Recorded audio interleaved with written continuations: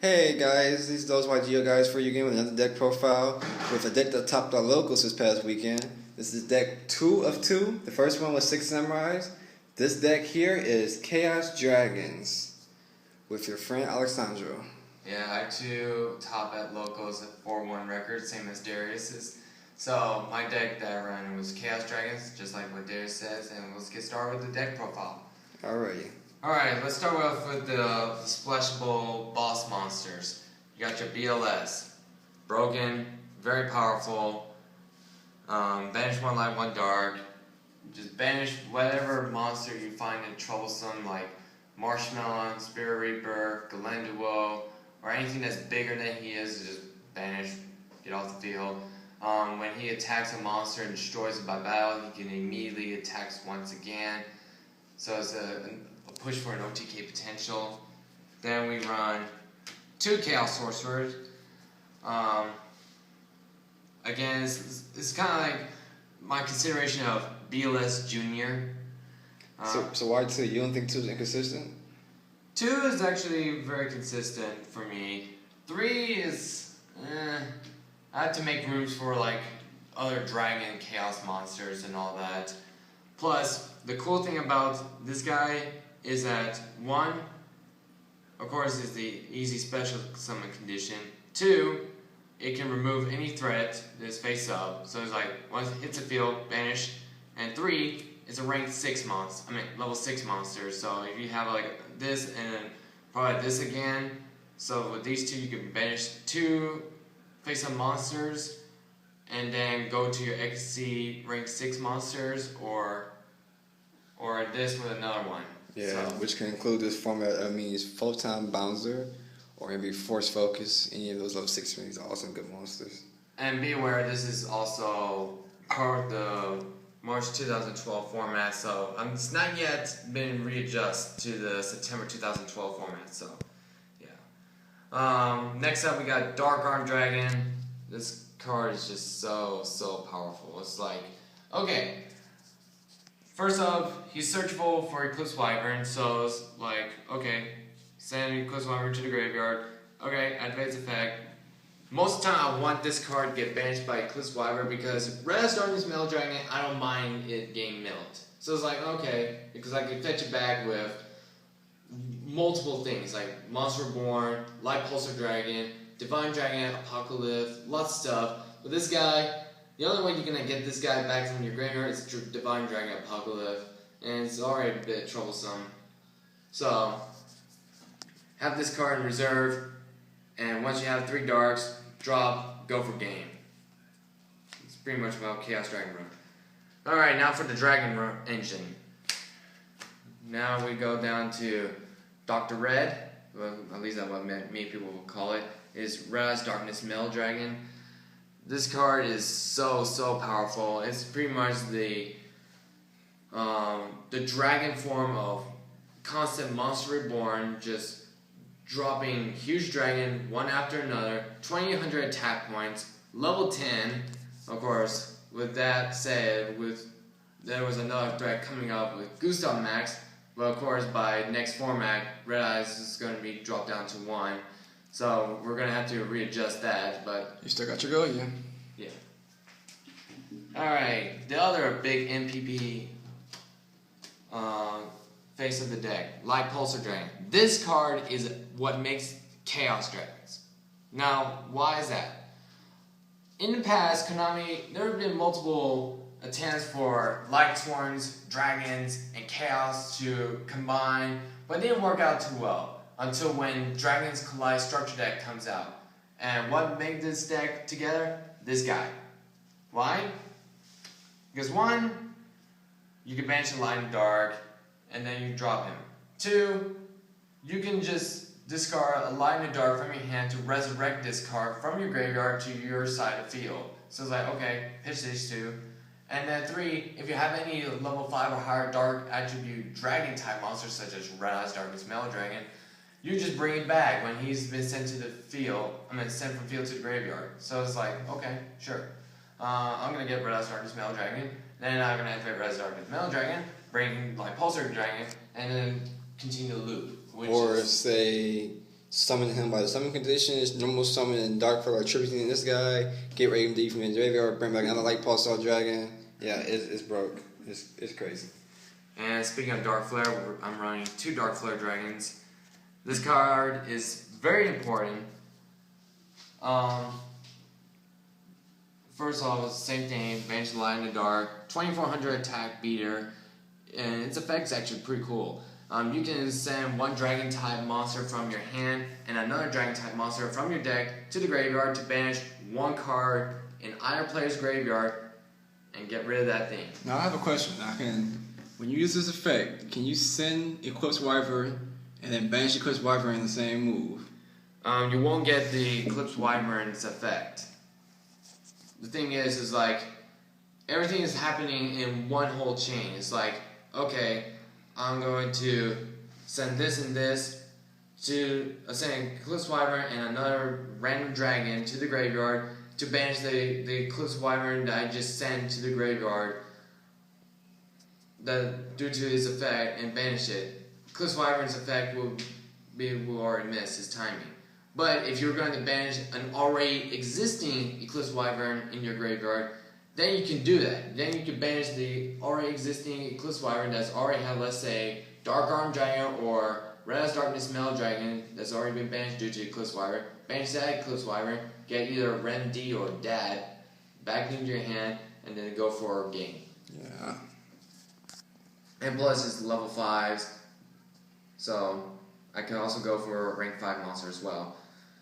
Divine Dragon Apocalypse. This card fetches back anything that I need, like Rem D, Dad. If I have exactly the right number, I can adjust how I want things to be in my graveyard. So, really good tech. Then 2 Eclipse Wyverns. Not 3? Not 3. 3's inconsistent. You only have 4 targets. You have 1 Dark Arm and 3 Red Eyes Darkness Metal Dragon. And most of the time, and if you run out of targets and you send the Eclipse Wyvern to the graveyard, his mandatory effect will kick in. And if you have no targets, then your opponent will have to go through your deck and be like, oh, okay, sure. And that's not good. You don't want your opponent to know what you have in your deck. So 2 is consistent. It's a perfect number. How the next form is going to turn out, I don't know. Am I going to drop 1, or we'll see how things will turn out. Alright, now for the Lightsworn engine. I ran 1 Jane. This one is actually a really unique choice. He's a beat stick. Like when he attacks into another monster, he gains 300 attack points, so he can go from 1800 to 2100. Sometimes I use it for solar recharge targets, so I can just trash him, draw 2, mill 2. And on top of that, during each of your end phase while he's remain face up on the field, you mill 2 cards. So that's very key essential in Chaos Dragon. You need to mill to get your big plays off. Then I ran Aaron, Lightsworn Monk. This card just deals with any wall that's trying to protect the opponent from my huge dragon. So get rid of that Spirit Reaper, get rid of Marshmallow, get rid of Galenduo, get them off the field, make way for my dragons to come after my opponents and go for game. And mill 3 cards on top of that. Milling still important. Then I ran 2 white Raikos. I was considering running 3, but then I was like, you know what? 2 seems like a good number. I mean, it's a little bit slow, just like set. I mean, if you're running Chaos Dragon and you set, most likely they're going to be like, oh yeah, it's Raikos. So, Raikos 2 is very consistent. Gets rid of any nuisance cards that I find, like, okay, I'm going to get rid of that. Mill 3 cards. So, Lila's, running 3 of her. She is very, very key essential to the deck. She makes way, just get rid of back rows. This is the problem with Chaos Dragon. Since it's like a very powerful OTK potential deck, they just don't like heavy back row cards. So Lila's is very essential. Just get rid of back rows, then go for your big plays. Just keep going from there. And she keeps milling 3 for each of your in phase, so that's very, very important. And another important aspect of the milling engine, card trooper. Since we can only run 2, I ran 2. You can select any number of cards you want to mill. 3 is the max. He gains 500 attack points for each one that you mill. And whenever he gets destroyed, you draw a card. So it's like, okay. I ran against the Lightsworn player who actually main decked 2 of these and 3 machine duplications. The idea is fantastic, but why? Why? Just why? Yeah, I don't know that story either. It worked for one game, that's it. But he didn't mill anything good. Yeah. Alright. Now the important MVP player for the format. 3 effect veilers, main decked. Yeah. Hard to get over. Yeah, I mean, self-explanatory. You guys already know how the March 2012 format's based on. There's a lot of shits and giggles going on, like windups trying to loop your hand, insectors going for their big plays. It's just stun them for 1 turn. Also, with priority gone, also stun rescue rabbit, so that's another important thing. Plus, it's a light target, so it's like, okay, discard, then you can banish it as a light, and then with a no dark. So yeah, and plus it's a tuner, so sometimes if I'm in a tight situation, I can go like, okay, I have light pulsar on the field, summon effect veiler, sing for 7, black rose, nuke the field, discard a line dark, bring back light pulsar, and go for game. 2 DD Crows. This card screws up a lot of plays with my opponents. So it's like, okay, I play Monster Born, selecting this card. Okay, DD Crow. Okay. What I like about this card is it's an easy dark attribute card that you can just trash from your hand. Many people have been talking about Doom Caliber Knight and all. I didn't like Doom Caliber Knight because I've been using effects constantly over and over and over again, and Doom Caliber is just probably going to just get in the way. This card, it doesn't matter whether or not what kind of card your opponent has in his or her graveyard, as long as it's a card in the graveyard, trash DD Crow, banish that card, you got yourself a line in the dark, which lights are not hard to get in the graveyard, the dark is the big concern. Banish your line dark, go for your big plays. Then, more of my in-hand traps, we got Gores, shuts down OTK potential, self-explanatory, big monster. Then 1 Tragodia, most of the time I usually preserve the hand, so he takes control of the monster, go for it. I can manipulate his levels, then I can just exceed to whatever monster I feel like. So yeah, it's also dark. Now for spells, we got Future Fusion, just like Darius's 6 Samurai deck. This is like turn 1, broken card. Banned. It's getting banned. Yeah, it's sad. Goodbye. The card. How about this? How about when it gets banned, give it to me and I'll rip it up for you. No. I'll keep it. I'd like to keep it as a souvenir. Oh, sad face. Stupid banned card. Self-explanatory. I mean, Broke. Reveal 5-headed dragon, dump your 5 dragons, and go from there. Did I mention I was broke? Okay, I thought I did. Yeah. 2 pots.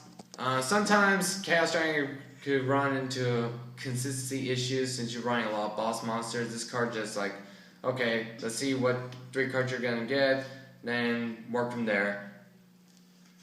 Sure, that 1 turn of no special summon hurt, but in the long run, it will help. 1 charge of Light Brigade, mill 3 cards, search for a Lightsworn monster, sets up big plays. Then, triple solar recharge. Unique. Nobody does this like that. I'm running 7 targets for 7 Lightsworn targets, so I run like Jane, 2 Raikos, an Aaron, and 3 Lilas. So if I need some more cards milling, that's where a solar recharge comes in. 1 Allure, draw 2, banish the dark for more consistency. Monster Born, Heavy Storm, Staples. Power Spells. No traps? No traps. You don't need No traps. Chaos Dragons just boom, boom, boom, boom. Now for extra deck. 5-headed dragon. You run Future Fusion, then you're gonna have to run this. So party. It's go rare. Go rare. 1 ally Justice Catastor. Yeah, gets over and stuff. That's not dark. 1 Tech Genis Hyper Librarian. 1 Baryonic Dragon of the Ice Barrier. I'm gonna miss him. But I'll just replace with Gaia or whatever level 6 Synchro Monster, so yeah. Then this card I kind of threw it in there because I was like, sure, why not? Iron Chain Dragon. I don't know why I put it there, but yeah. This is a dragon, so yeah. 1 Black Rose Dragon. This card gets me out of tight situations. Like, it allows me to get over, like, Obelisk to Tormentor since he can't be targeted. So I was like, you know what? I'm going to blow up the whole field since I don't target. So this card helps me win games a lot. 1 Dark End Dragon. Gets rid of cards. Dragon. Dark attributes, so Scrap Dragon, love this card. It's also Dragon, so I can bring back Red Darkness Metal Dragon. 2000 attack, pops everything that's in my way. 1 Stardust Dragon, staple. 1 number 39 Utopia, protects my monsters, light attribute.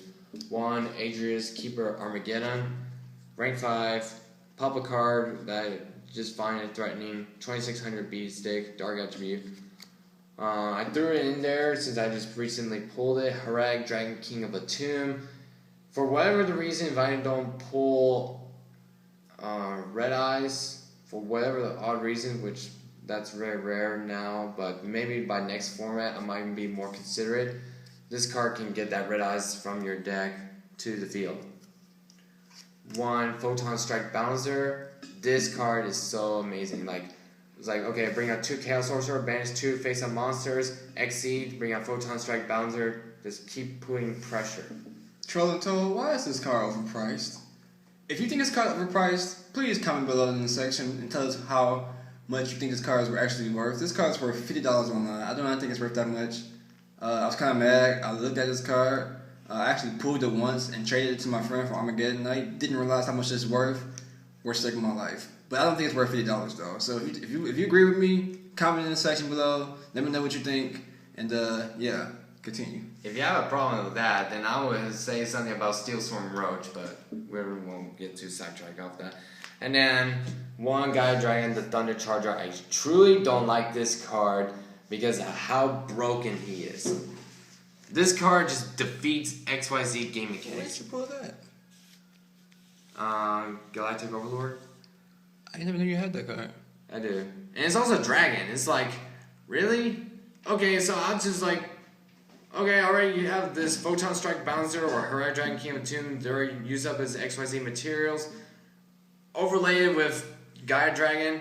Oh look, it's a dragon. Banish, Red Eyes. Or oh look, it's in my graveyard. Bring it back with Red Eyes. Boom, boom, boom. It's also a Piercer. I don't need to get rid of XYZs. Self-explanatory. I don't like this card, but yeah, right. It is what it is.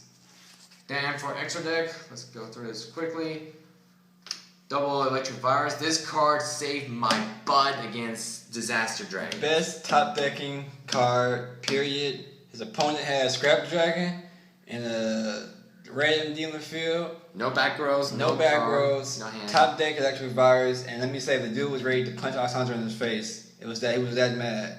Great card, underrated, side deck it, must. Indeed. On top of that, running double Victoria. This is actually a good meta call since if you're going to be playing against dragons, it's like, okay, summon Victorias. Okay, let's take that dragon out of your graveyard and then be on my side of the field. Plus, if you're running fairies, this card protects your fairy monsters from being attacked. So, again, pretty cool card. Then I run double King Tiger Wang Hu. This card is pretty cool. Destroys any monster with 1400 or less attack, so deals with most of the insectors, deal with most, a large majority of the wind-ups. And the good thing is, your Chaos Dragon monsters are so big that it's like, okay, you sit there and we'll just keep doing more pressure. More shenanigans. Yeah.